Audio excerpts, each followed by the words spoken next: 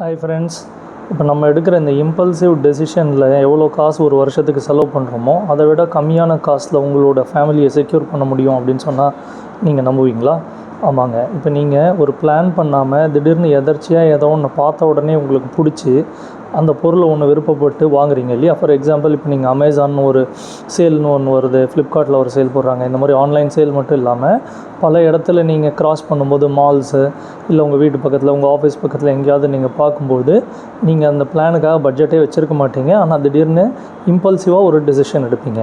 இந்த இம்பல்சிவ் டெசிஷனில் நீங்கள் ஸ்பெண்ட் பண்ணுற அமௌண்ட்டை விட மிக கம்மியான அமௌண்ட்டு தான் உங்கள் லைஃப் ஆக நீங்கள் உங்கள் ஃபேமிலியை ப்ரொடெக்ட் பண்ணக்கூடிய காசு வரும். ஸோ நீங்கள் கண்டிப்பாக ஒரு டேர்ம் பிளான் அப்படிங்கிறத உங்கள் ஃபேமிலிக்கு அவசியமாக எடுத்தே தீரணும். ஒருவேளை நீங்கள் எடுக்கலைன்னா நீங்கள் அதை விட அனாவசியமான மற்ற செலவுகளை பண்ணுறீங்க. ஆனால் ஃபேமிலிக்கான இன்கம் ப்ரொடெக்ஷனை நீங்கள் பண்ணலை அப்படிங்கிறத நீங்கள் புரிஞ்சுக்கணும்.